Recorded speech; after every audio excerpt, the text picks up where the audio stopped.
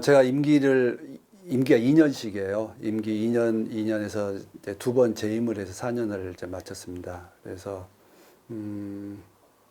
어떻게 보면 언급결에 좀 맡아서 일을 시작했는데 끝나고 나서 느낌은 참 죄송하다, 송구하다. 좀 더 열심히 하지 못한 것에 대해서 참 송구함을 갖고 있습니다. NCC 인권센터라고 하면 한국 교회가 가지고 있는 공식적인 유일한 이제 인권센터인데 좀 더 많은 일들을 해야 되는데 그 일을 잘 감당하지 못한 것에 대해서 좀 안타깝게 생각하고 있습니다. 그리고 그러나 이제 아무튼 핵심은 우리 교회가 인권센터가 하고 싶었던 건 하나는 이제 우리 사회 약자들 그들의 인권을 옹호하고 지지하는 일에 참여해야 되겠다라는 생각을 가장 크게 했고요.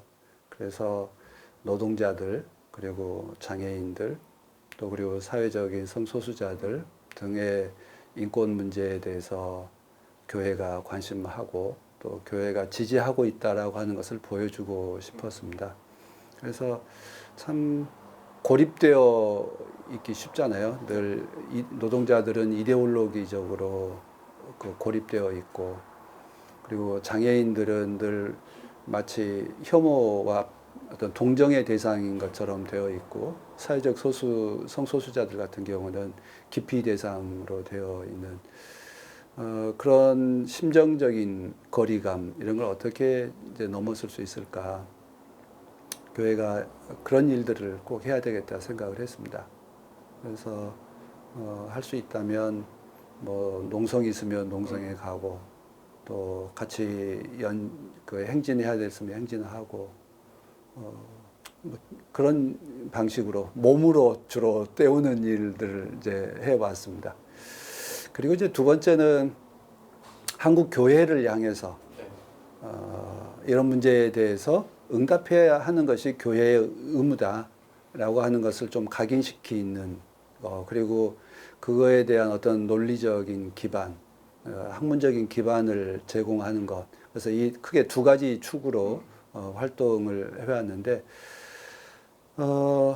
일단은 우리 인권센터가 재정적으로도 그렇고 인력적으로 매우 이제 작기 때문에 사회에 도움을 요청하는 것에 다 조응하지 못한 그런 아쉬움도 있고요. 그리고 이제 두 번째는 이제 교회가 그런 문제에 왜 응답해야 되는지 이제 그런 거에 대해서 학문적이고 신학적인 논거들을 더 잘 만들어내지 못한 것에 대해서 매우 안타깝게 생각하고 있습니다. 그래서 좀 뭐 지난 4년 좀 돌아보시면서 좀 기억에 남는 장면이라든가 아니면 좀 되게 뜻깊었던 뭐 순간이 있으셨다면 어떤 게 있으실까요? 주로 이제 몸으로 때우는 일이 제일 기억에 남죠.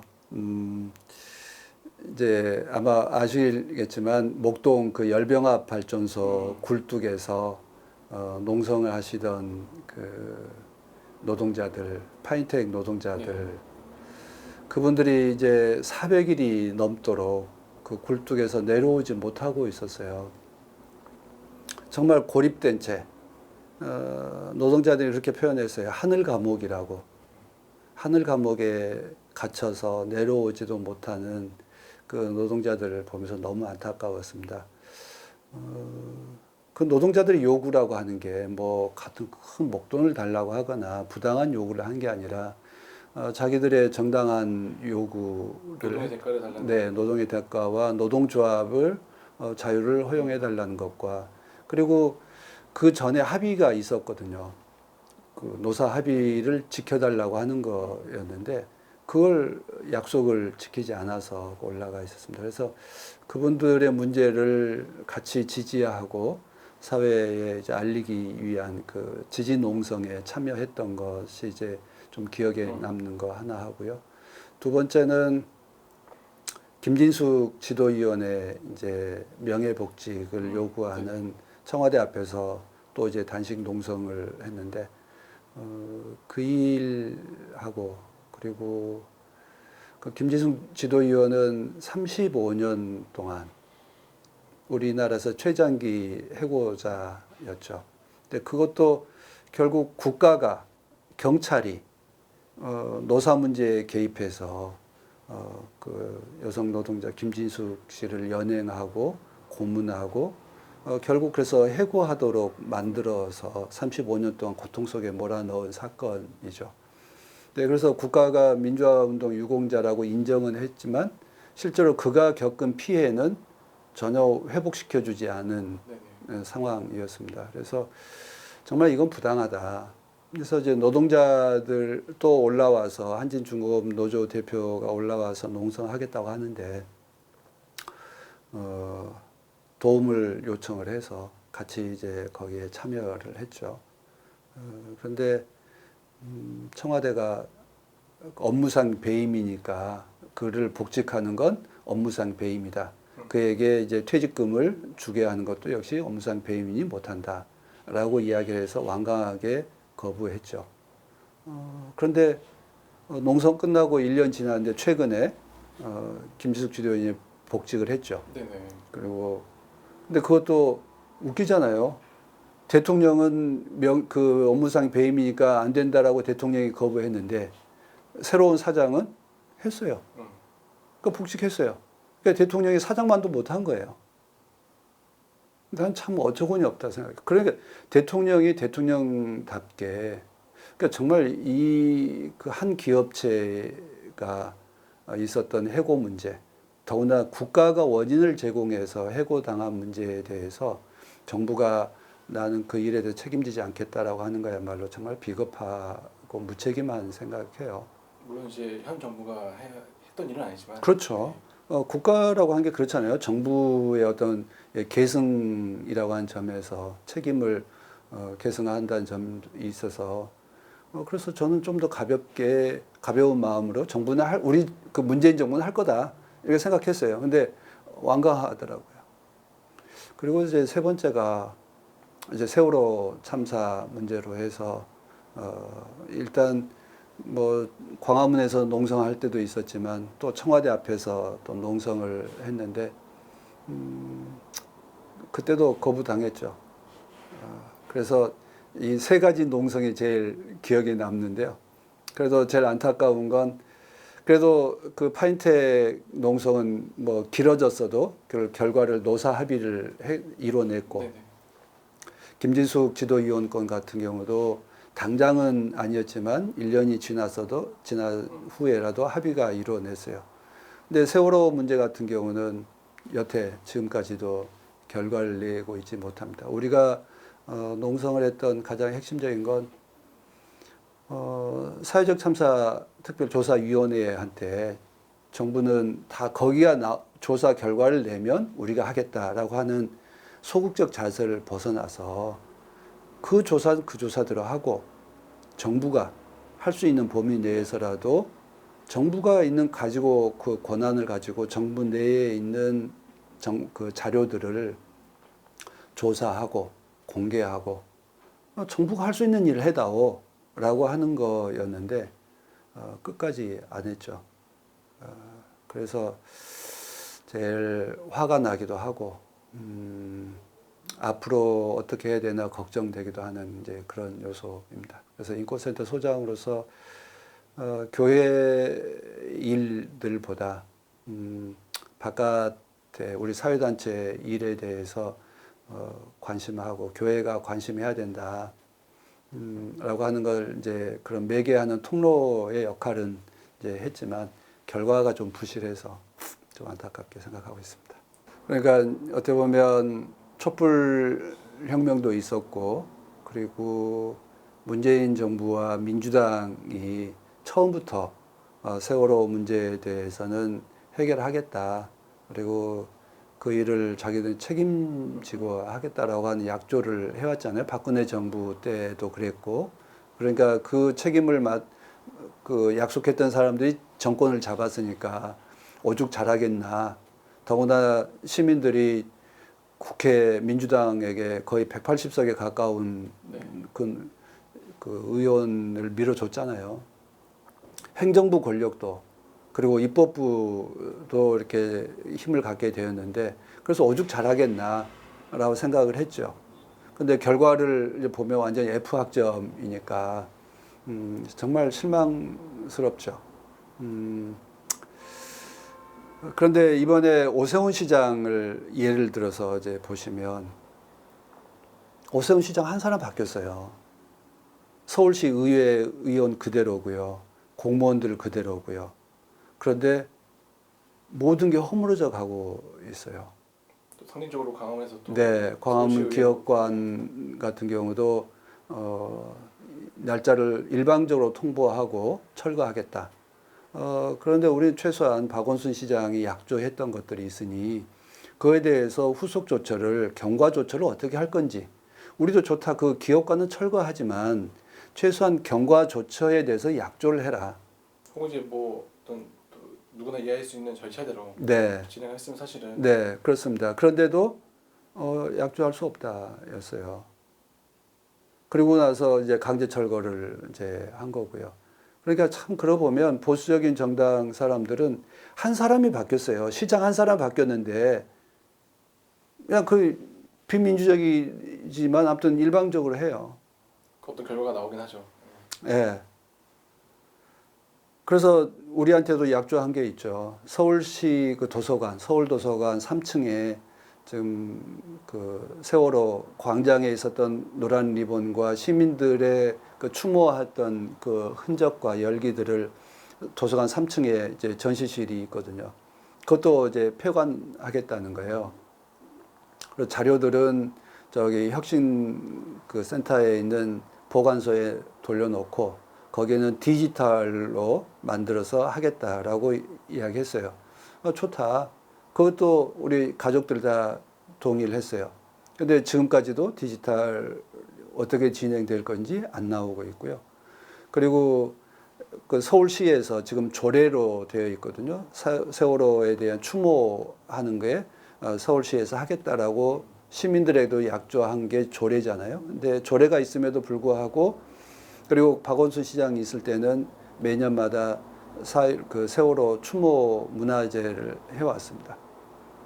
근데 시장 바뀌고 나서 올해 딱 들어오니까 아무 얘기도 없어요. 1차적으로 예산 배정을 해야 되는데 예산 배정을 안 하는 거예요. 그러니까 의회는 권한이 감액은 할 수 있는 권한이 있지만 증액을 할 수 있는 권한이 없으니까 서울시에서 아예 예산 배정을 안 해오니까 뭐 방법이 없는 거예요. 다룰 수 있는 사람도 아니고. 네. 그러니까 참 그런 점에서 시장 한 사람이 바뀜으로 인해서 얼마나 우리들의 삶이 팍팍해져 가고 있는 것을 보여주는데 도대체 우리는 행정부 수반이 입법부에 그 수많은 국회의원이 있어도 서울시의 의원이 그렇게 100석에 다 가깝게 서울시 의회 의원이 있어도 아무것도 안 하는 겁니다. 도대체 이게 뭘 하자는 것인지 나 참 그래서 개탄스럽기도 하고 정말 그들의 어떤 무책임함, 무능함 여기에 대해서 분노하고 있습니다. 사실 뭐 아까 뭐 오세훈 시장 말씀하시겠지만 이렇게 문재인 대통령 혹은 정부에게 기대한 것이 뭐 어마한 사람 뭐 처벌한다거나 그런 것도 아니고 이제 네, 어떤 뭐 진상 규명 노력이란 좀 그런 것이 이루어지는 게 좀 보여줬으면 하는 이제 그런 바람이셨던 거잖아요. 네 그렇습니다. 그러니까 딱 요구한 게 진상 규명은 어떻게 침몰 원인에 대한 건 그 조선 공학자들과 해양 그 전문가들 사이에 이견이 있으니까 그 문제에 대해서는 과학적 토론이 필요하다면 그건 기다릴 수 있는 거잖아요. 네네. 그런데 참사 이후에 벌어졌던 일들은 실제로 해양 경찰이 구조할 수 있는 능력이 없었다는 거, 훈련 한 번 하지 않았다는 거, 장비가 없었다는 건 이미 입증됐어요. 그렇잖아요. 네네. 그리고 또 하나는 그 이후의 조사 과정에서도 우리 해양 경찰은 실제로 그 안에 들어갈 수 있는 조사할 수 있는 잠수부조차 없어요. 전부 다 민간 잠수사들 동원해서 해왔다. 그러니까 국가가 재난당한 시민들을 보살필 수 있는 어떤 관심이나 또 그래 제도나 이런 장비나 이런 게 전부 다 부실했다는 게 이미 검증됐어요. 그것에 대해서는 책임에 대해서 부끄럽다 고백을 해야 돼요. 그렇지 뭐 개선이나 보완은 예. 노력도 이제 필요하고요. 그렇죠. 부끄럽다라고 하는 것을 고백해야 그 다음 그 정부는 어떤 개선을 하겠다라고 하는 뭐 이후에 방향이 나오잖아요. 그 일 전혀 지금 진척이 없죠. 실제로 해양경찰이 그 이후에 그 잠수부들이 정말 그 훈련을 하고 있는지, 장비가 보강됐는지, 뭐 이런 게 지금 검증이 안 되고 있죠. 그리고 그 다음 문제는 정부가 박근혜 정부에서 자기들의 어떤 그런 작업 열심히 하지 않았던 걸 감추기 위해서인지 뭐였는지 모르지만 일단 언론을 통해서 왜곡하기 시작했고요. 그리고 보수 우익 단체들에게 뒷돈을 줘서 희생자 가족들에 대해서 온갖 모욕을 가했던 건 다 법으로 밝혀졌잖아요. 그들의 범죄에 처벌받았어요. 그리고 비서실과 또 그리고 정보 기무사, 정보원, 경찰 이런 걸 통해서 희생자 가족들을 뒷조사하고 사찰했잖아요. 다 밝혀졌잖아요. 그 정부가 그 공무원과 예산과 정책을 가지고 희생자들에 대해서 국가 폭력을 행사한 거잖아요. 그에 대해서 사과를 해야 돼요. 근데 여태 사과하지 않고 있어요. 책임자들만 처벌하는 것으로 해서 끝나는 문제가 아니잖아요. 그건 최소한 국가가 제도를 공무원들을 잘못 운영했습니다. 사과를 해야 될 문제죠. 하지 않고 있어요. 저는 우리가 요구하는 건 그런 겁니다. 국가가 잘못한 일에 대해서는 사과해라. 그리고 그것에 대해서 재발 방지 대책을 내놔라. 라고 하는 겁니다. 그래야 이후에도 그런 재난 상황에 대해서 국가가 희생자들의 피해자들에게 대해서 입막기 위해서 그들에게 국가 폭력을 행사하지 않죠. 근데 저는 이 국가 폭력에 대해서 사과하고 재발 방지 대책을 내놓는 건 지금 당장이라도 해야 될 일이라 생각해요. 이 굳이 5년 동안 걸릴 일은 아니에요. 그렇죠. 네. 이미 범죄 대법원에까지 가가지고 이미 다 처벌 받았으니까요. 국가가 동원해서 세월호 조사 특위도 중단시켜버렸잖아요. 네네. 그건 이미 다 밝혀졌어요. 그런 일들에 대해서는 국가가 사과를 해야죠. 그건 문재인 대통령이 지금이라도 사과를 해야 된다 생각해요. 단지 당신이 직접 했기 때문이 아니라 국가의 대표이기 때문에 정부, 그 이전 정부의 계승자이기 때문에 그 일에 대해서는 사과해야 된다 생각해요. 그래서 뭐 작년에 4.3 추천식 때 그 국방부 장관이 그렇죠. 근처청장 데려다가 사과하고 네. 그런 거 아닙니까? 네, 그렇죠. 4.3에 대해서는 노무현 대통령이 사과했잖아요. 노무현 대통령이 직접 해서 그랬나요? 국가의 대표이고 국가가 저지른 잘못이기 때문에 국가를 대표해서 사과한 거예요. 그럼 문재인 대통령도 세월호 참사에 대해서는 국가를 대표해서 저는 그 일에 대해서는 사과를 해야 된다 생각해요. 뭐 이제 그게 시작이니까요. 네. 그런데 그 일조차도 안 하고 있다는 거예요. 그러니까 세월호 침몰 원인에 대한 진상 규명은 과학적인 문제니까 남겨놓더라도 그 이후에 일어난 일들은 잘못한 건 이미 드러난 일들은 누굴 기다릴 필요가 없잖아요. 사법적으로 다 처벌까지 대법원까지 확정됐는데 그러면 사과하는 게 도리죠. 근데 그걸 요구했는데도 지금 다 하고 있지 않아요. 그건 저는 퇴임 전이라도 이번 8주기 그 기억식을 위해서 입장을 낼 때라도 저는 분명히 사과하는 것이 도리라고 생각합니다. 근데 여러 경로로 이제 요구를 하고 있는데 돌아오는 답은 부정적이라서 그래서 더 화가 나고 실망스럽고 그렇습니다. 그러니까 이번 8주기도 계기일 수도 있고요. 사참위에서 지금까지 진행한 경과에 대해서 한번 그 문재인 대통령이 임기가 끝나기 전에 최소한 자신이 임기 동안에 시작한 조사가 최종 유종의 미를 못 거둬서도 중간 보고라도 한번 받자. 한번 만나서 이야기를 지금까지 진행되는 상황에 대해서 한번 이야기를 들어봅시다. 하는 게 도리 아닐까요? 물론 예. 그러니까 그런 계기를 적극적으로 만들어서라도 해야죠. 그냥 전 최소한 지금 잘 하고 있는 후보 아까 뭐죠? 저 특보들 네. 보좌 수석 보좌관 수보 회의인가요? 뭐 국무회의라거나 이런 데서도 입장 잘 발표하잖아요. 그렇죠. 예. 그러니까 그런 계기를 적극 활용해서 입장을 내면 되죠. 대통령이 뭐 없는 순서도 만들어서 할 수 있는 판인데 뭐 지금 한다고 해서 문제가 되겠습니까? 저는 적극적 의지가 없기 때문에 그렇죠. 이런 문제가 예, 생기라고 그렇죠. 생각하고 있습니다. 그래서 참 그런 점이 이제 걱정입니다. 국민들도 느껴지니까 사실은 네, 그러니까 뭐 그를 지지하든 뭐 비판 지지하든 않던 간에 네, 적어도 이제 이 세월호 문제만큼은 어느 정도 이번 정부에서 당연히 해결될 것으로 누구나 다 기대했던 부분인데 네, 그 이제 뭐 정부가 끝나는 지금 시점에서 보니까 사실 말씀하신 대로 뭐 제대로 뭔가 정리된 게 하나도 없는 또 상황이니까 네. 그러니까 저는 현 정부가 좀 그렇게 한 매듭을 좀 지어줘야 다음 정부에 가서도 우리가 그 세월호 가족들이 또 시민들이 뭔가 그래도 한 디딤돌 딛고 넘어설 수 있다 생각해요. 근데 그런 걸 하지 않으면 또 이제 이번 8주기를 맞아서 이제 또 극우주의자들 혐오를 또 만들어내지 않을까 심히 우려되고 있습니다.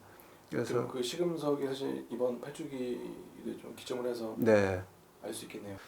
저는 이제 또 교회에 몸담고 있는 사람으로서 많은 교회들이 그 세월호 참사에 대해서 아픔으로 그분들의 희생을 통해서 우리들이 새로운 안전한 사회에 대한 꿈을 꾸게 되었고, 그리고 국가에게 시민들의 생명권과 안전권을 요구하는 계기가 되었잖아요. 좀 그런 점에서 교회가 이런 문제를 더 적극적으로 끌어안고 더 확산시켜 나가는 계기를 좀 하려고 하면, 더구나 이제 세월호 참사는 늘 부활절 내지는 고난 주간에 끼어 있으니까 저는 교계가 이 문제를 좀 확산해 나가는 통로가 됐으면 좋겠어요. 근데 그리고 그런 이제 대통령께서 정부가 이런 잘못했습니다라고 말씀해 주시면 그게 이제 어떻게 보면 참사를 왜곡하거나 혐오를 주장하는 사람들의 발언을 제어할 수도 있고 또 교회가 적극적으로 나설 수 있는 이제 어떤 계기가 되지 않겠나 생각해요. 좀 그런 계기를 만들었으면 좋겠는데 여러 가지로 참 심히 염려스럽습니다. 그래서 뭐 그 세월호 문제와 관련해서도 이제 교회 역할을 말씀해 주긴 했는데 이제 또 인권센터 소장으로 또 이렇게 하시면서 또 이제 뭐 한국교회 어떤 민낯을 많이 또 그 마주하시기도 하셨을 거잖아요. 네. 특별히 또 뭐 어떤 게 있었을까요? 1차적으로 한국 교회는 인권에 대해서 무지하다. 두 번째는 두려워하고 있다. 두려워한다는 거 한다면 어떤 부분? 그러니까 무지함은 인권에 대한 무지함은 성경에 대한 무지함이고 하나님에 대한 무지함이고 사람에 대한 무지함이라 생각해요. 네. 그러니까 결국 교회가 아닌 거예요. 인권에 대해서 무지하다라고 하는 건 교회가 아니라 생각해요. 우리는 창세기 1장에 딱 시작한 게 뭐예요? 하나님께서 하나님의 형상대로 사람을 만드셨대요. 잘 보시면 기독교인을 만드셨다도 아니에요. 유대인을 만드셨다도 아니에요. 네, 맞습니다. 사람을 만드셨어요. 남자와 여자로. 그럼 모든 남자와 여자, 모든 사람들 안에 하나님의 형상대로 지음받았다라고 하는 게 고백이죠. 그러면 어떻게 사람에 대해서 혐오하고 사람에 대해 차별할 수 있겠어요? 그러니까 성서에 대해서 무지하고 하나님에 대해서 무지하고 하나님이 만드신 이 사람에 대해서 무지하기 때문에 그런 혐오와 차별을 당연시 여기거나 거기에 대해서 부끄럽게 여기지 않는 거죠. 저는 그런 점에서 한국 교회가 정말 이 인권에 대한 무지함에 대해서 각 깨달아야 된다 생각해요. 통일이 좀 반성도 필요하고요. 네. 성서에서 예수님께서도 그러잖아요. 하나님을 사랑하는 것과 사람 이웃을 사랑하는 것이 가장 계명 중에 계명이라고 이야기를 하셨는데 이웃 사랑은커녕 이웃에 대해서 혐오하고 이웃에 대해서 차별을 선동하고 그러잖아요. 나랑 종교가 다르다는 이유로, 나랑 인종이 다르다는 이유로, 나랑 국적이 다르다는 이유로, 저 사람은 범죄 전과가 있다는 이유로, 저 사람은 무슨 병력이 있다는 거, 저 사람은 사회적 성소수자이기 때문에, 저 사람은 남자와 여자이기 때문에, 저 사람은 부자이고 가난하기 때문에, 저 사람은 노동자이기 때문에 별 이유로 인해서 다 갈라놓고 사랑하지 않아요. 그래서 교회 안에서도 분열이 계속 생겨나는 거고요. 저는 한국 교회, 그러니까 제가 인권센터 일을 하면서 인권에 대해서, 하나님에 대해서 참 무지하구나 라고 하는 것을 정말 고발하고 깨닫고, 저 그 스스로 그런 점에서 나도 참 그런 걸 제대로 살아내지 못하고 있는 점에 대해서 매우 부끄럽게 생각하고요. 그리고 그런 일들을 교회와 사회에 일깨워야 되는데 그 사명을 잘 하지 못한 것에 대해서 부끄럽게 생각하고, 네, 그렇습니다. 네, 그리고 그러다 보니까 그 이 무지함이 계속 유지되는 까닭은 우리가 인권에 대해서 두려워해요. 왜냐하면 이 인권 문제가 우리 교계에 또 우리 사회에 공식 어떤 의제로 올라오게 된 건 1948년도 인권선언 일이 아니라 그렇죠. 어떻게 보면 박정희 정권 때 그 민청학년 사건을 인하고 삼성 개헌을 반대하는 민주 인사들을 무차별적으로 구속하고 고문하고 이런 걸 통해서 그들의 권리를 지켜주겠다고 했던 인권운동이 들어서면서부터 비로소 한국 교회의 인권이란 게 뭔지에 대해서 물음이 올라오기 시작한 거죠. 뭐 예전 보니까 뭐 NCK 뭐 자료집 중에 보니까 뭐 고문 없는 세상에 살고 싶은 네. 그런 것도 있더라고요. 그렇죠. 그게 이제 박종철 열사의 죽음을 계기로 해서 전면화하기 시작했는데, 아무튼 그게 우리 인권센터 1974년도 인권위원회로서 만들어져서 공식 활동을 시작했는데요. 거의 뭐 시작과 함께 태동한 단체이기도 하군요. 네, 그렇습니다. 그러니까 그러다 보니까 인권운동이 반박정희 정치운동처럼 비춰진 거예요. 사실 뭐 그런 사고도 있기도 하고. 네, 그렇죠. 그러니까 인권운동의 핵심은 뭐냐면 정치적인 자유에서부터 시작이에요. 인신 구속 당해야 될 그 공포로부터, 또 폭행에 대한 그 공포로부터 벗어나게 해주는 게 인권의 첫 출발이었기 때문에 우리는 1972년, 4년도에 비로소 구속과 고문과 이 공포에서부터 인권의 문제가 제기됐죠. 그러니까 반정부적인 정치적인 운동의 성격을 띄었죠. 그리고 박정희 정권이 그런 것에 대해서 매우 극렬하게 탄압했기 때문에 두려움을 갖고 있죠. 근데 그게 그 관행이 지금까지 오는 거예요. 근데 인권이라고 하는 점은 하나는 그런 정치적인 인신상의 자유권도 있지만 사회적 권리도 있잖아요. 내가 행복하게 살아갈 권리도 있고, 사회적으로 그 뭐 노동조합을 만들 수 있는 권리, 단체를 만들 수 있는 권리, 전부 다 이 사회에 대한 권리가 있는데 그것조차도 우리는 온전히 누리지 못하고 있고요. 지금은 이제 더 나아가서 행복에 대한 거, 기후에 대한 거, 이것도 어떤 인간의 권리로 인정이 되었거든요. 근데 한국 교회의 인권관은 아직도 70년대에 1차적인 인권, 정치적인 인권에 대해서 멈춰 있어요. 약간 좀 불온한 무언가 네. 그런 그것에 대한 것 때문에 두려워해요. 그러니까 그 폐해가 어디 나타나면 신학교에 가면 인권 교육을 안 해요. 이제 커리큘럼 자체가. 네, 커리큘럼 자체가 없어요. 그건 곧 인간에 대한 이해잖아요. 앞서 말씀드렸던 것처럼 인권은 하나님으로부터 우리에게 주어진 천부 인권 사상을 이야기하는데, 천부 인권은 기독교가 출발이죠. 가령 불교인 같은 경우는 천부 인권은 생각하지 않을 거 아니에요. 또 종교가 없는 사람들은 또 그렇게 생각하지 않는단 말이에요. 그러면 인권에 대한 가장 기본적인 생각의 출발은 기독교에서부터 시작했어요. 그럼 매우 기독교가 인권 세계 역사에서도 그렇고 인권 운동의 첫 출발점인데 한국 교회는 그런 자기 역사에 대한 이해도 없고 성서에 대한 이해도 깊지 않고 인간에 대한 깊은 애정도 없고 그게 나타난 게 커리큘럼에 인권에 대한 강의가 없어요. 신학교에서조차도. 예. 그러니까 목사들이 인권에 대한 교육을 받지 않았기 때문에 교우들에 대해서도 인권 교육을 하지 않아요. 아니면 사실 이거 그 개념의 어떤 뭐 혼동이랄까 오도일 수도 있긴 한데 이제 그러니까 인권을 좀 이렇게 관심 있어 하는 건 약간 소위 뭐 인본주의고. 네, 그렇습니다. 신본주의이기 때문에 약간. 예. 그러니까 얼마나 웃기는 일이에요. 하나님을 섬기기 위해서 형제들과 갈등이 있으면 예물을 내려놓고 가서 화해하고 와라. 그리고 나서 예배를 드려라라고 하는 게 주님의 말씀인데 인간을 혐오하고 차별하는 마음은 그대로 품고 오면서 예배를 드린다고 하는 게 말이 돼요?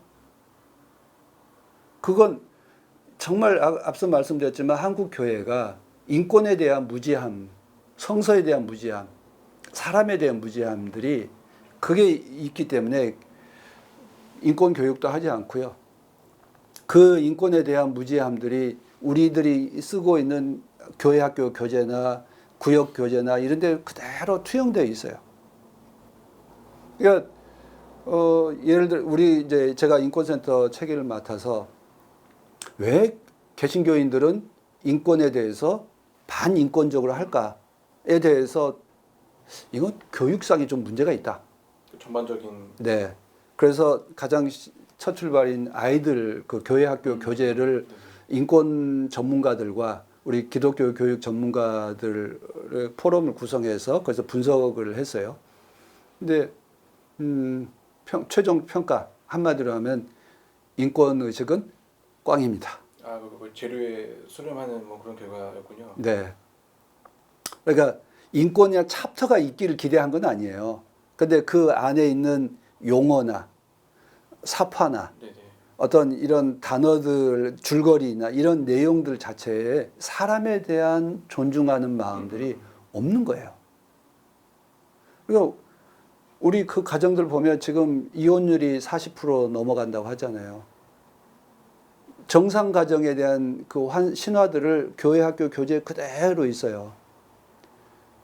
우리 그 일반 학교 교재에는 그런 걸 감안해서 4인 가정의 그림을 이제 가능하면 쓰지 말라고 그러거든요. 하긴 이제 그게 일반적인 게 아닐 수도 있으니까. 예, 반 정도가 40%가 편부모 가정이거나 조선부모 가정이거나 이렇잖아요. 네네. 그러면 결혼을 안 한 사람도 있을 수도 있고. 그죠. 그런데 그걸 마치 정상가족 이데올로기를 그대로 갖고 오고 있어요. 그런 점에서 인권의식이 없다라고 하는 거고요. 그리고 일례로 들어서 아이들의 이제 활동 중에 하나가 그러니까 물을 적신 그 티셔츠를 얼렸어요. 네네. 그걸 여름 수련회 때 아이들한테 입혀보라는 거예요. 그걸요? 예. 교재에서요? 예. 뭐 어떤 뭐 특별한 의미가 있을까요? 그러니까 이거 완전히 아이한테 그 냉동 얼음 옷을 입힐 이유가 뭐가 있겠어요? 아니 약간 뭐 좀 고난을 좀. 그렇죠. 그런 의미로. 예. 아 예. 아예 그런 지침이 있었군요 그 교재에. 교재에. 그건 아이에 대한 배려가 없는 거죠. 그 아이도 그렇잖아요. 아주 6학년 아이들 좀 큰 애들과 초등학교 1학년 애들 하고는 신체적인 것도 다르고 그리고 또 그런 걸 적응하는 능력도 다른데 그러면 그 꼬마 아이들은 어떻게 하겠어요? 기겁을 할 거 아니에요. 뭐 사실상 학대. 그렇죠. 그러니까 그런 점에서 그러니까 제 분석하기에 인권 챕터가 없어서가 아니라 그런 거 하나하나에 전반에 그냥. 예, 인식이. 사람에 대한 인식과 그 애정들이 담겨지지 않다는 거였어요. 그런 게 우리 그 한국 교회가 그런 점에서 정말 우리들의 쓰고 있는 용어, 교재, 생각 정말 인권적인가? 근본적인 성찰이 필요한 부분이에요. 근데 그런 게 묻지도 않는다는 것 때문에 더 한심한 거고 암담한 거고 그런 거죠. 그 사실 그 소장 그 재임하시면서 그 Q&A 그 또 태동에도 좀 역할을 해주시지 않나요? 센터? 네. 그러니까 그런 인권에 대한 의식이 없으니까 인권 활동을 하는 사람들에 대해서 배타적이거나 마치 저 사람들이 우리를 어떤 그 손해를 끼치려고 한다거나 뭐 이런 사람으로 해서 적대시화해요. 그 더군다나 이제 인권도 인권인데 네. 더 민감한 또 네. 소수자 이슈다 보니까 네. 그렇죠. 그분이 한 일은 다른 거 아니에요. 그 사람이 누구인지는 몰라도 그분에게 하나님의 축복이 임해서 하나님의 평화와 은혜가 임해서 그 평안하게 기도해준 축복 기도를 했다는 이유 하나예요. 성소수자한테 축복 기도하면 안 됩니까? 사실 뭐 하나님의 형상으로 네. 창조된 존재에게 목회자로서 이제 그런 어떤 네. 축복이라든지 세례 다 할 수 있는 예. 부분일 텐데 그럼 가난한 사람한테는 축복 기도하면 안 되나요? 타 종교인한테 축복 기도하면 안 되나요? 다른 나랑 그 다툼이 있는 사람한테 내가 축복 기도 해주면 안 되나요? 오히려 뭐 더 나서서 해야 될 그거야말로 정말 목회자의 고유 권한이고, 아니, 의무라고 생각해요. 그리스도인으로서 나와 다른 사람, 나와 다툼이 있는 사람, 이 사람들을 위해서 축복 기도를 해주고, 그들에게 축복을 해주는 게 주님의 말씀대로 원수를 사랑하는 거고 70번씩 7번이나 용서하는 거죠. 근데 축복 기도 해줬다는 이유 하나만으로 목사를 면직시키고 정직시키겠다고 하는 게 이게 말이 됩니까? 그들과 연대하는 의미에서 티셔츠 하나 입었다고 해서 학교에서 쫓아내겠다고 하는 것. 이게 한국 교회가 가지고 있는 이 편협함과 무지함의 결과라고 생각해요. 저는 그런 점에서 그 교회의 인권 운동이 존재해야 되고 또 해야 될 역할이라고 생각을 하고 있습니다. 더 이제 가열차게 어쨌든 네. 존재를 드러내고 네. 목소리를 내야 사실 네. 이런 어떤 처참한 현실도 좀 바뀌리라 좀 네. 기대할 수 있는 토대가 되겠죠. 그러니까 그러다 보니까 인권 단체에 대해서는 실제로 전부 다 무슨 돈으로 운영을 하겠어요. 뭐 후원으로 교인들의 헌금과 후원으로 운영을 하는 건데 목사님들이 후원해 주는 걸 두려워해요. 하긴 또 드러나면 또 사실은 네. 공격받을 수 예, 있다는 예. 그게 지금 교회에서 인권운동에 처해 있는 현실이에요. 그러니까 무지하고 두려워하고, 그러니까 인권운동 단체나 인권활동가들이 교회에 더 발붙일 수도 없고 활동해서는 안 되겠다는 생각을 하고 다른 단체에 가서 일하거나, 그러니까 교회에는 인재들이 활동하려고 하는 사람들이 이제 말라가는 거죠. 참 그런 점에서 교회의 미래가 저는 좀 더 폭넓어져 갔으면 좋겠는데 계속 편협한 길, 외길로 몰려가고 있어서 매우 좀 안타깝게 생각하고 있습니다. 사실 최근 그 장애인 이동 관련 투쟁이 되게 이슈고 네. 또 정말 차기 집권 야당 대표가 사실은 나서서 갈라치기를 하는 이 상황인데 또 이런 상황에서 사실 또 교회가 어떤 네. 또 나름의 역할을 했을 수 있을 것 같은데요. 좀 네. 제가 그러니까 NCCK 인권센터가 하는 인권상 재작년 수상자를 박경석 선생을 제가 이제 인권상 수상자로 정했습니다. 최근에 일어나고 있는 장애인 이동권 문제 생각하면 제가 이제 페북에도 종종 쓰고 있습니다만 지금 우리가 엘리베이터 지하철역마다 그러니까 지금 그 장애인 전장위원회에서 요구하는 게 딱 하나잖아요. 지하철역마다 엘리베이터를 만들어 달라. 저상버스를 많이 만들어 달라. 고속버스에도 장애인이 탈 수 있도록 이동권을 보장해 달라고 네. 하는 거잖아요. 장애인 이동권이라고 하는 게 다른 거 아니. 그분들이 편리하면 누가 편리해요? 우리가 편리해요. 맞습니다. 우리가 지금 엘리베이터를 타고 에스컬레이터를 타고 편안하게 지하철역을 탈 수 있었던 건 순전히 장애인들의 싸움 때문 그 결과예요. 그 지난 20년간 그렇죠. 반영돼서 사실은 네. 된 거지 않습니까? 예. 그러니까 저는 지하철역 엘리베이터를 탈 때마다 참 감사하다. 근데 가끔 약오를 때가 있어요. 그걸 타시는 분들이 지금 전장현의 그 시위에 대해서 화를 내고 조롱하고 욕하는 사람들 상당수들이 있죠. 이용은 하면서 왜 만들어졌는지 그 역사를 잊어버린 채 조롱하는 걸 보면 참 안타깝고요.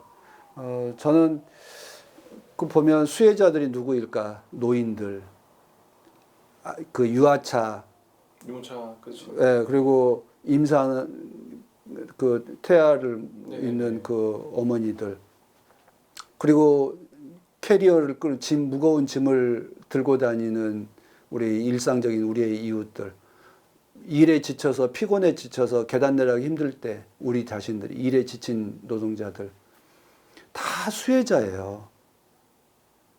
장애인들이 편안하면 행복하면 우리 모든 시민들이 혜택을 누리고 있다는 게 여실히 증명되었잖아요. 그런데 집권당 대표에서부터 시작해서 일시적으로 지금 시민들에게 그런 예산을 투여하지 못한 것에 대해서 미안합니다, 부끄럽습니다라고 고백하긴커녕 장애인 그 이동권 투쟁을 하는 장애인들에 대해서 조롱하고 그리고 그들에게 혐오를 조장하는 이런 걸 하는 게 참 한심하고요, 분노하고 그렇습니다. 저는 유권자들, 시민들이 이 문제에 대해서는 용서하지 않는 이 분노가 필요하다 생각해요. 그래서 그 분노를 기억해서 다음 선거나 이런 때에 전 준엄한 심판을 해야 우리의 정파를 넘어서서 장애인들에 대한 권익 문제는 우리들 시민 모두에게 대한 권익이라고 한 점 때문에 시민들을 무시하고 사회적 약자들을 무시하는 것에 대해서는 준엄한 심판을 해야 된다 생각합니다. 그 사실 뭐 차별금지법 입법 반대하는 그 노력만큼 사실 교회가 네. 좀 이런 부분에도 좀 목소리를 내주면 좋을 텐데 좀 이제 그런 목소리들은 잘 제가 과반한 탓인지 그러니까 뭐 발표하신 분들이 그 단체들이 없진 않은 것 같긴 한데 예를 들면 좀 힘 있는 뭐 연합기관이라든지 좀뭐 교단이라든지 총회장들이라든지 이런 부분들이 좀 이렇게 이런 부분에 대해서 대선 끝난 직후여서 그런가 또 많이 못 들어본 것 같아가지고 좀 아쉬운 부분이 교회가 말을 못해요. 왜냐하면 아주 큰 교회들은 그래도 그런 편의시설들이 많아요. 엘리베이터도 있고. 그리고 이제 큰 교회들은 이제 나이 드신 그 어른들이 좀 많으니까 엘리베이터를 만들고 경사로를 만들고 해서 비교적 잘 만들어져 있어요. 근데 이제 약 우리 한국 교회 7, 80%에 속하는 이제 100명 이하에 있는 교회들은 그런 시설들을 만드는 게 다 재정적인 부담이 따르니까 좀 그런 시설들이 부족해요. 그러니까 말을 못 하는 거예요. 장애인 이동권에 대해서 관심이 없거나 그리고 관심 있는 분들은 이 말을 하려고 했더니 우리의 뒷모습을 보니까 부끄러워서 말을 못하고 그런 자각이 또 생기실 수도 있고요. 네. 그래서 저번에 그 우리가 박형석 선생을 인권상 수상자로 정했을 때 우리 그 좀 한국 교회가 이런 문제에 대해서 관심해 주십사라고 하는 그런 이제 계기를 좀 삼고 싶어서 그러니까 지지하고 격려한 점도 있고 또 이런 걸 계기로 해서 우리가 장애인 문제에 대해서 한국 교회가 관심을 가집시다라고 이제 다시 환기하시는 그런 이제 두 가지 측면 때문에 이제 했는데 교계의 반응이 우리도 못 하고 있는데 좀 이제 그런 말씀을 좀 들으셨나 보군요. 네. 그런 이제 그 문제 제기도 있었어요. 그러니까 한편으로는 이번에 장애인 이동권 문제에 대해서 심정적으로 동조하시는 분들은 적지 않으실 텐데. 예, 뭔가 그 우리의 부족함 때문에 말을 잘 못하는 것 같고요. 그리고 차별금지법을 반대하는 사람들은 역시 사회적 약자인 장애인 문제에 대해서는 관심이 없고요. 그러니까 이것 때문에 지금 교회가 이 문제에 대해 적극적으로 대응하지 못하고 있는 것 같아요. 작년인가 뭐 한교총 그때 임원들이 한번 뭐 지지 방문 한번 했던 것 같긴 한데. 예, 여기 해화역에서 할 때 네. 한번 방문을 해서 그러니까 이례적 행사로 멈추고 있는 안타까움이죠. 자, 그런 점이 교회가 조금 더 적극적으로 해야 되죠. 그래서 지금 이제 NCC 내에서도 장애인 그 선교가 소위원회로만 구성이 되어 있고요. 그래서 좀 적극적으로 이렇게 활동을 못 하고 있는 지점들입니다. 그래서 교계 이제 한 기구의 책임을 맡고 있었던 사람으로서는 그런 점에서는 매우 좀 안타깝고 미안하고 좀 송구하고 그렇습니다. 그래서 이제 윤석열 정부를 들어서면 어떤 일이 벌어질까에 대해서 좀 암담하죠. 이번에 대통령 선거 과정에서 각 후보들에게 진상규명과 국가가 공식 사과해달라고 하는 크게 두 가지를 약속 운동을 했는데 이재명 후보나 심상정 후보나 다른 이제 후보들은 다 약속을 했지만 윤석열 후보와 그리고 국힘당에서는 응답조차 없어요. 우리는 반대한다거나 뭐 내지는 어떤 조항에 대해서 유보한다거나 뭐 그런 것조차도 없이 아예 무시하고 있습니다. 그래서 앞으로 전망은 참 그런 점에서 어둡게 생각을 하고 있죠. 이제 윤석열 당선자가 검찰총장일 때 검찰에서 특별수사단을 만들었잖아요. 근데 특별수사단에서 나온 결과물을 보면 앞으로 일을 예측할 수 있죠. 실제로 명백히 그 불법이 입증된 거 이외에는 거의 적극적으로 수사를 하지 않거나 다 무혐의 처리하거나 기소 유지에 대해서 열심히 하지 않거나 하는 방식으로 해서 거의 지금 그 책임자들에 대해서 책임을 묻지 않고 무죄 방면을 하고 있죠. 그러니까 국힘당은 그 전신인 이제 한나라당이나 새누리당 시절에 이미 세월호 참사의 진상 규명을 방해했던 사람들이고, 그리고 검찰총장이었던 윤석열 후보 당선자는 이 문제에 대해서 더 이상 확산을 원하지 않는다는 걸 이미 수사단을 통해서 보여줬고, 그런 점에서 어떻게 해야 되나, 이제 다시 또 거리로 나가야 될 상황이 오지 않을까 이제 참 염려하고 있습니다. 그래서 근데 이제 차기 정부에 대한 부분은 좀 더 생각해 보자면, 네. 물론 사실 지금은 어떤 우려 걱정이 더 크지만 그럼에도 불구하고 사실은 또 기대하시고 또 요구하실 또 부분이 있으시잖아요. 또 그런 부분에 따르면 어떤 부분이 좀 있을까요? 저는 우리가 지금 민주시민단체나 교회가 그리고 또 세월호 관련 단체에서 요구하고 있는 것이 정파적인 문제는 아니라고 생각해요. 사실 뭐 국민 안전과 생명에 관한 문제, 보편적인 문제고 당연히 해야 될 정부라 국가로서 당연히 해야 될 일들을 요구하고 있기 때문에 저는 뭐 정부의 성향이 어떠하든지 간에 우리가 해야 할 바는 해야 된다 생각해요. 그러니까 차이가 있다면 조금 더 수월할 수도 있고 조금 힘들 수는 있겠지만 우리가 해야 될 바를 멈추거나 또 방향을 돌린다거나 이런 일은 없어야 된다 생각하고요. 목적지는 달라지지 않았으니까. 네. 그리고 이번 이제 대통령 선거 결과는 달라졌지만 실제로 우리 사회는 50대 50으로 갈라져 있고 그리고 오히려 이번에는 문재인 정부에 대한 분노에 심판하는 대선이었잖아요. 사실상 그 분노의 또 상당 지분은 네, 그러니까 저쪽 50%로 저쪽으로, 그러니까 이쪽 저쪽이라는 표현이 좀 그렇습니다만 현 정부, 그러니까 윤석열 당선인을 지지했던 그 표 안에도 어떻게 보면 과거에는 민주당을 지지했던 사람들 내지는 그런 사람들이 문재인 정부의 무능함과 무책임에 대해서 분노해서 심판의 의미로 투표한 사람들도 있을 수도 있고. 적지 않으실 거라고 네. 생각이 듭니다. 그래서 전체적으로 그러니까 대선에서는 뭐 표가 그 민주당 정부가 졌든 뭐 진보적인 정부가 졌든지 간에 그래도 유권자 국민들은 다수가 시민들의 어떤 안전과 생명 그리고 민주적인 권리를 부여한 만든 문제에 대해서는 적극적으로 지지한다고 생각해요.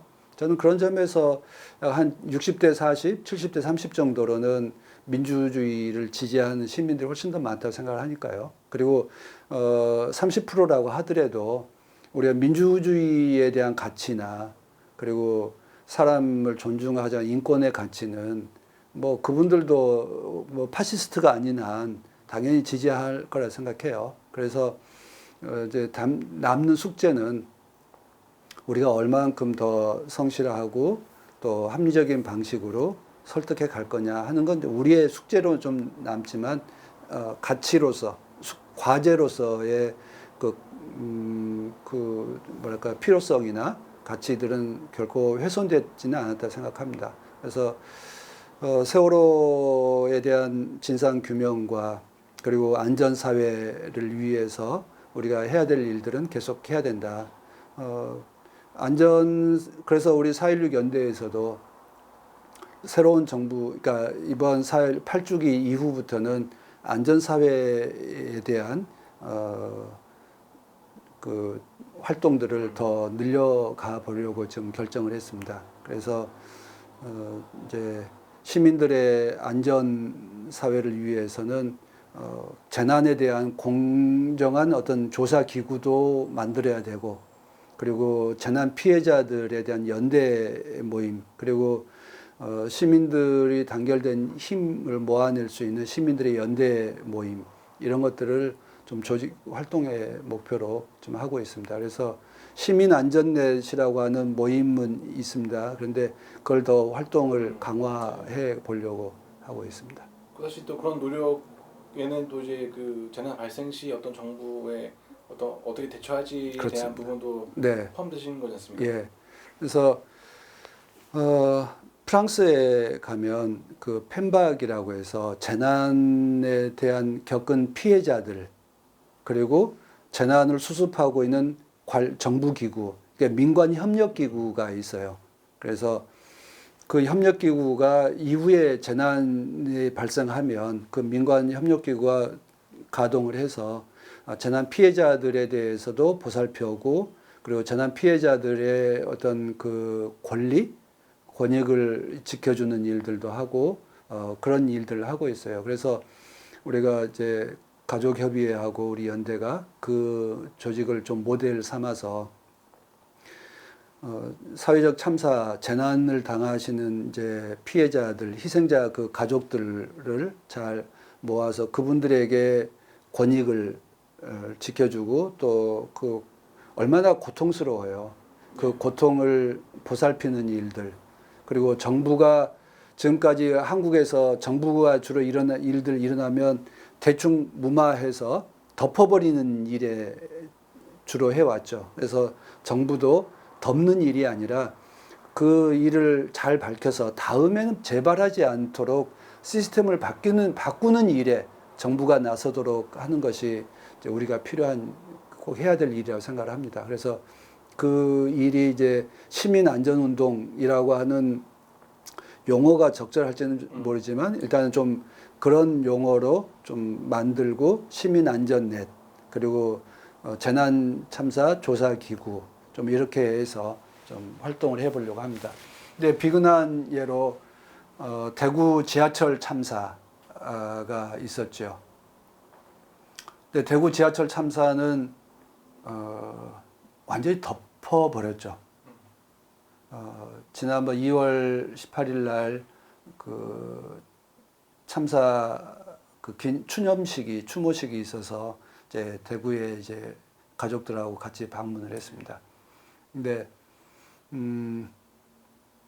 추모도 정상적으로 할 수 없는, 그러니까 그분들에 대한 위령탑을 만들었는데도 불구하고 위령탑이라고 이름도 달고 있지 못해요. 현재까지도요? 네. 그러니까 주변 저기 팔공산 그 산자락에 만들었는데 대구시 그 중앙역에다 그 부근에다 만들지 못하고 눈에 띄지 않는 팔공산 그 산자락에다 만들어 놨어요. 근데 완전히 안전 테마 파크가 돼버렸지 실제로 추모 시설로 돼 있지 않은 거예요. 위령탑이라고 하는 그 석자조차도 새겨 넣지 못하고 희생자들의 이름도 새겨 넣지 못하고 거기에다가 이제 평토장을 하자고 합의가 되는데 완전히 그 뭐랄까요 시민들 그 상인들이 반대하니까 묘라고 표시도 못하고 완전히 대구시가 진상을 덮어버리고 추모도 덮어버리고 누르고 있는 거죠. 그러니까 세월호도 그렇게 몰아가려고 했죠. 그런데 가족들의 어떤 분노 그리고 시민들의 그 연대와 이런 걸 두 가지가 힘을 해서 지금 여기까지 왔죠. 그러니까 진상 규명에 대한 문제, 그 관련 책임자들을 처벌하는 일들까지 이제 만들어낸 어떻게 보면 유일무이한 일이죠. 근데 이게 이제 우리 사회에 그 변화시켜 나가는 그 디딤돌이 되자. 그래서 다시는 좀 그런 일들이 반복되지는 않았으면 좋겠다 생각하는데 여전히 그 일들이 반복되고 있죠. 그 여주에서 그 화재 사건이나 뭐 이런 것 등등도 그렇고, 네, 스텔라 데이지오 사건들도 정부가 매우 소극적이고요. 그런 점에서 모든 걸 보상금을 주고 덮어버리려고 하는 이런 그 메커니즘을 극복해야 되는데요.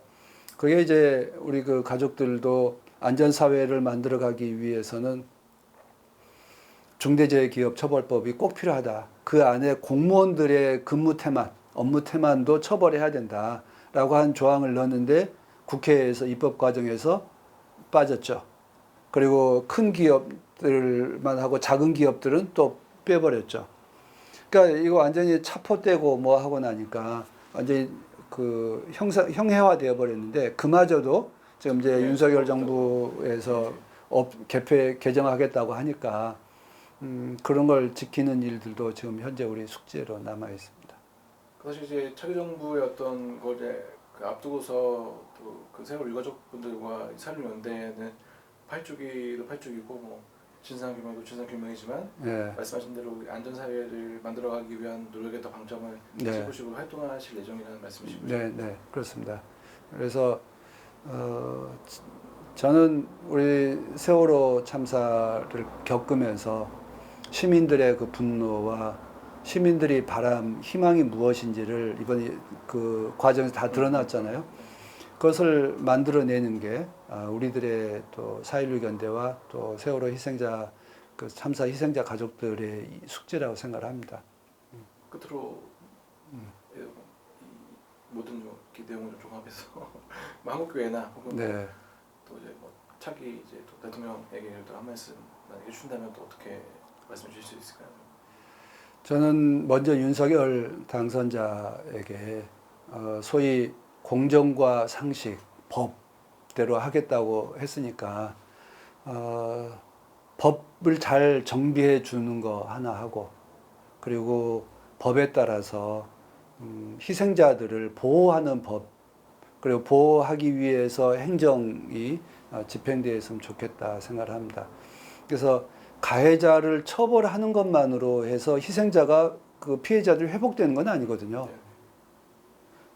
그러니까 가해자를 처벌하는 것 위주로 법 집행이 아니라 희생자들, 피해자들을 회복시켜주기 위한 법, 그들에게 새로운 삶을 열어주기 위한 국가의 행정의 방향으로 변화해 나가는 그런 국가가 되었으면 참 좋겠다 생각합니다. 그것이 상식 아닐까요? 네, 그게 어떻게 보면 사람을 존중하는 따뜻한 사회고 사람이 살만한 세상이 될 거라 생각합니다. 그래서 윤석열 당선자가 사람을 처벌하는 칼제비 검사가 아니라 사람을 보살피고 살리는 그런 품이 넓은 사람 되기를 간절히 바랍니다. 그 대통령이 됐으니까. 네. 그리고 그럴 때만이 어떻게 보면 참 성공한 대통령이라고 평가받지 않겠나 생각해요. 어떻게 그리고 보면 이 선거 결과에 대한 뭐 겸손한 또 네, 반응일 수도 있고요. 네. 자신에게 투표하지 않은 사람이 50%를 넘어요. 그러니까 좀 이런 단순화시켜서 이야기하면 윤석열 후보 그리고 좀 조원진 후보 그리고 허경영 후보 같은 표하고 이재명 후보, 심상정 후보, 뭐 김재현 후보 이 네네네. 표를 합하면 소위 해서 보수표는 49% 그리고 진보적이거나 민주적인 지향을 하는 이런 표들이 50.4% 그래요. 표로 계산하면 오히려 역전되어 있거든요. 네네. 그래서 꼭 굳이 표에 대한 문제, 숫자에 대한 문제가 아니라 이 사람을 보살피는 일은 뭐 좌우를 막론하고 뭐 당연히 정파를 정파를 떠나서 떠나서 해야 될 보편적인 문제잖아요. 이제 국가 정부 또 대통령이 네. 마땅히 이제 책임져야 그것이 되는 부분이고요. 헌법의 가치고 그러니까 좀 지금까지는 범죄자를 처벌하기 위한 검사였다면 이제는 모든 사람을 아우르고 살리는 그런 대통령, 품이 넓은 대통령이 되었으면 참 좋겠다 생각합니다. 그리고 이제 한국 교회는 뭐 제가 여전히 목사로 살아가야 거고 또 한 그리스도인으로서 한 사람으로서 한국 교회는 무엇보다 사회적 약자들에 대해서 먼저 자리를 내주고 품을 내주고 그리고 자기의 곁을 내주는 그런 따뜻한 교회가 되었으면 참 좋겠습니다. 근데 여전히 교회가 바리새인들처럼 넌 죄인이야, 너는 괜찮아 라고 심판자 역할을 하려고 하는 이런 망상에서부터 좀 벗어났으면 좋겠다 생각합니다. 좀 어떻게 보면 그런 면이 좀 차별금지법 반대 혹은 뭐 동성 혐오로 또 나타나는 그렇습니다. 부분이기도 하고요. 예, 성소수자들 보면 얼마나 안타까워요. 우리가 참 괜찮아라고 말을 해도 본인들은 여러 가지로 부담을 안고 살아가요. 최근에 성공회 대학교에서 통합 화장실을 만들었다고, 성립 화장실이요? 예, 그 중립 화장실을 만들었다고 하는데 얼마나 눈치 보이겠어요. 화장실 가는 거 굉장히 일상의 일이잖아요. 2시간, 3시간에 한 번씩 겪어야 될 일인데 그 일을 겪어야 되면 얼마나 아프겠어요. 직장도 마음대로 직업도 선택하기가 쉽지 않잖아요. 혹은 이제 어떤 일을 하더라도 이제 드러날까봐 더 네. 두려워하시는 분이 있고. 예. 그런 것에 대해서 제발 좀 사람에 대해서 안타까이 여기는 마음. 그게 긍휼함이고 자비함이고 사랑의 마음이라고 생각해요. 저는 교회가 심판자가 아니라 사랑의 교회로 주님의 몸된 교회는 사랑 위에 서 있음을 늘 깨닫고 좀 그렇게 살아갔으면 참 좋겠다 말씀드리고 싶습니다. 그 뭐 사실 그 성소수자 그리스도인들도 적지 않을 텐데 네. 어떻게 보면 자기 교인들 상대로 어떤 뭐 저주의 말을 내뱉는 거기도 하잖아요. 네. 그자들이. 예. 아니 생각해보세요. 이근한 고문 기술자, 조세영 완전히 도둑. 소위 그 사람들도 용서해서 목사 안수 줬어요. 그 성소수자가 나는 비록 내가 성 취향은 다르다 할지라도 난 그리스도인으로 살고 싶습니다라고 이야기하는데 어떻게 그리스도인이 못되게 하고 그리스도 공동체 내에서 추방을 해요. 바울 사도가 그러시잖아요. 예수 안에는 그리스도 안에서는 헬라인이나 유대인이나 종이나 자유인이나 남자나 여자나 우리는 그리스도 안에서 모두 하나입니다라고 했어요. 우리는 바울 사도의 말씀을 금과 옥조처럼 여기면서 왜 하나 되지 못하게 만들죠? 저는 내가 세운 기준, 내가 세운 어떤 판단을 가지고 하나님께서 모든 사람을 용서하고 품고 가라고 하는 그 말씀을 어긋나지 않았으면 참 좋겠다 생각합니다.